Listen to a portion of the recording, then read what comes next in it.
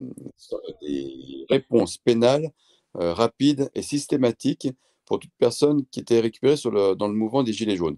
C'est le 22, la circulaire du 22 novembre 2018. Donc c'est totalement hallucinant. Donc des procureurs totalement politisés. Une instruction qui est envoyée du ministre également au président de tribunaux judiciaires, alors que normalement il est censé y avoir une séparation des pouvoirs, etc., etc. Donc tout ça, il faut s'outiller pour pouvoir le dénoncer à la barre. Faut oser donc montrer qu'on n'a pas peur d'eux, et donc faut oser les défier au plus proche. Il faut bien cibler donc les préfectures, etc. Après, il faut essayer aussi de proposer de construire. Donc de construire, on a dit bon, bah, faut essayer de faire du lien social entre nous, et essayer de se soutenir mutuellement en proximité. Arriver à, par exemple, faire des écoles, peut-être s'organiser pour que des personnes puissent euh, sur différents niveaux scolaires, arriver à assurer un minimum donc de soutien scolaire parallèle si jamais les enfants ne vont plus à l'école.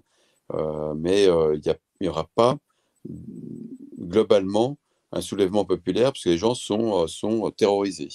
Donc ils font les autruches. Donc on saura que 3, 4, 10% maximum de la population a contesté. Donc il faut s'outiller pour contester, affronter et puis arriver jusqu'à la barre et se défendre correctement à la barre, sans compter sur les avocats. Les avocats sont tous pourris. Les avocats, c'est comme les médecins. Ils sont terrorisés par l'ordre des médecins ou le bâtonnier.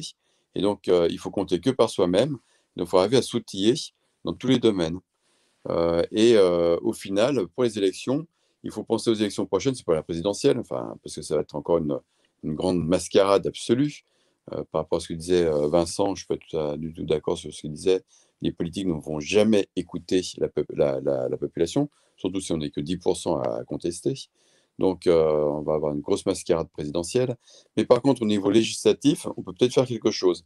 Et si on montre qu'on y va, on se présente dans tous les 577 circonscriptions, donc pour se présenter des députés qui s'engagent à faire de la consultation populaire, qui s'engagent à faire donc dans l'esprit d'un mandat impératif, ce qui est interdit par la Constitution, le mandat impératif, mais qui s'engagent dans l'esprit d'un mandat impératif de consulter la population, et qu'on arrive à montrer on arrive à présenter 577 personnes de résistants à l'oppression, avec des mots d'ordre, je dirais, donc arriver à faire condamner l'État, également au tribunal, eh bien, on peut arriver à marquer des points et à redonner de l'espoir aux gens.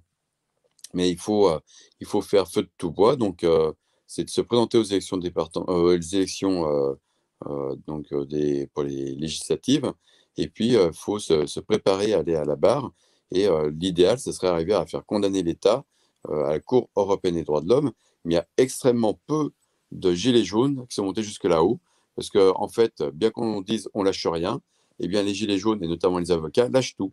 Vous avez donc un premier passage au tribunal de police, et les avocats, soi-disant gilets jaunes, ont laissé tomber, ils n'ont pas fait appel, ils n'ont pas fait cassation.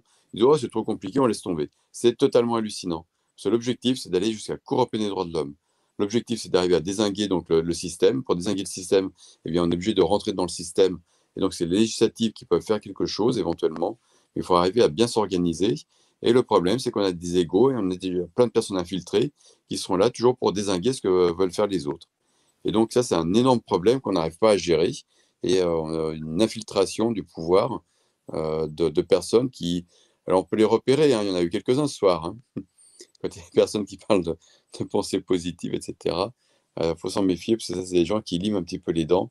Et donc il faut bien avoir encore un peu l'écrou. Si on n'a pas l'écrou, si on ne montre pas qu'on peut mordre le bas du pantalon de la caste au pouvoir, et qu'on est toujours dans le positif, eh bien on se fait avoir. Mais c'est pas pour autant qu'il faut faire une révolution violente. Hein. Ben, Mais voilà, après, il faut arriver à être ferme. après enfin, moi, je pense que peu importe, c'est-à-dire, vous avez souvent des pensées différentes, c'est-à-dire, je comprends ta façon de voir, elle est bonne parce qu'elle nous emmène à un résultat qui m'arrange. J'ai bien aimé ce que j'ai écouté tout autour de moi parce qu'ils sont différents, mais ça emmène à un résultat qui nous arrange. Peu importe par où vous passez, si le résultat, il est bon pour tout le monde. C'est ça que je veux vous dire. Et c'est ça l'union, à vrai dire. Si vous arrivez à mettre tous vos différences de côté pour ce qui nous unit réellement, franchement, on aura tout gagné. Quand on aura compris ça, ben, on se sera déconditionné, à mon avis, ils utilisent ça depuis belle lurette, hein. Masque sans masque, vax, anti-vax, pareil contre l'autre, le juif contre l'arabe, le noir contre le blanc. Enfin, c'est depuis belle lurette qu'ils font ce genre de conneries. Mais c'est devenu un conditionnement. Non, mais là, On arrivera